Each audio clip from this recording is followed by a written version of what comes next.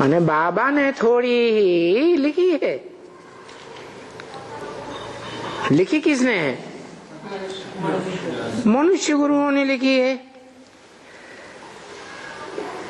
सिर्फ गीता ज्ञानदाता और त्रिमूर्ति पितामह है।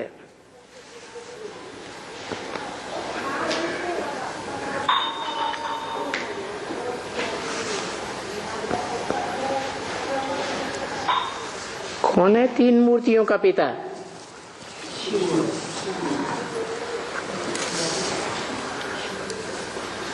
जिसकी यादगार में त्रिमूर्ति हाउस, त्रिमूर्ति रोड बनाते हैं।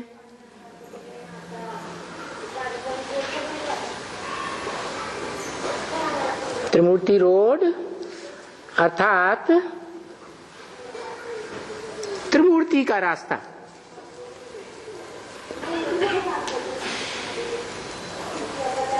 त्रिमूर्ति का हाउस।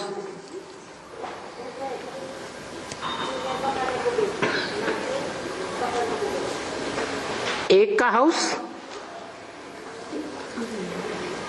ये त्रिमूर्ति हाउस है। तीन का हाउस, टिबाटा यादगार बनाते हैं, तीन रास्ते निकलते हैं। तो जिस रास्ते पर लिखते हैं त्रिमूर्ति रोड, वो एक का बताया हुआ रास्ता है, ये तीन के बताए हुए रास्ते हैं। एक का बताया हुआ रास्ता और दूसरे का तीसरे का बताया हुआ रास्ता, बताने में कुछ अंतर पड़ेगा या नहीं पड़ेगा?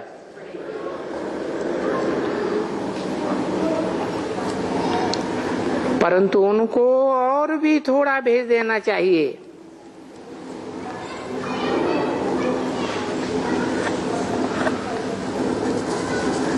किनको? जो कृष्ण के भक्त हैं। बताओ, शांति का सागर कृष्ण क्या है? शांति का सागर है। महाभारत युद्ध किसने कराया? कृष्ण ने महाभारत युद्ध कराया तो शांति का सागर हुआ। शांति का सागर हुआ या अशांति फैल गई? ज्ञान का सागर।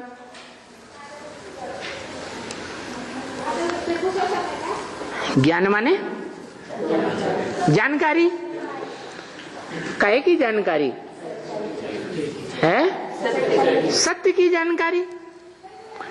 और सत्य के लिए गीता में लिखा है, नासतो विद्यते भावो ना भावो विद्यते सतः। जो सत्य होता है, सच्चा होता है, उसका कभी अभाव नहीं होता। होता है? सत्य तो सदा काल है, या कभी है कभी नहीं है, सदा काल है। तो वो सत्य कौन है? वो कृष्ण जो द्वापर के अंत में दिखाया गया है। द्वापर के अंत में जो कृष्ण दिखाया गया कि महाभारत युद्ध कराया, वो कृष्ण सदा सत्य हुआ है? फिर कृष्ण को 16 कला संपूर्ण दिखाई दिया। और शास्त्रों में एक तरफ मनुष्यों ने लिखा है, और सभी मनुष्य गुरु मानते हैं कि सतयुग 16 कला संपूर्ण, त्रेता 14 कला संपूर्ण, और द्वापर ज्यादा से ज्यादा 8 कला संपूर्ण। सो भी आदि में, सात्विक स्टेज में। तो जो युग ही 16 कला संपूर्ण नहीं है, 14 कला संपूर्ण नहीं है, और पूरा युग 8 कला संपूर्ण हो ही नहीं सकता। वहां कृष्ण को दिखाई दिया। तो ये बात झूठी साबित होती है या सच्ची? और 16 कला संपूर्ण द्वापर के अंत में कृष्ण आया तो एकदम कलयुग कलाहीन बन गया। और कृष्ण भगवान उसके आने के बाद पापी कलयुग की स्थापना हो गई। ऐसे हो सकता है क्या? और धर्म पिताओं के लिए तो ठीक है, हिस्ट्री देख ली जाए,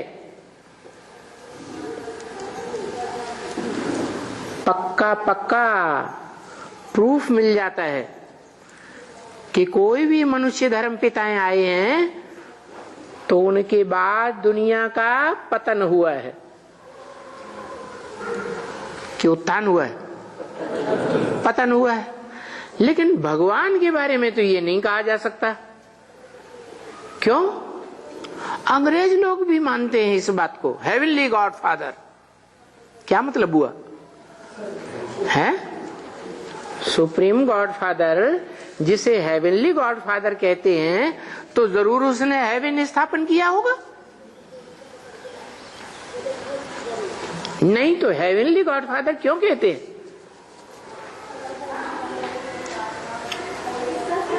तो हेवन माने स्वर्ग, सुख की दुनिया।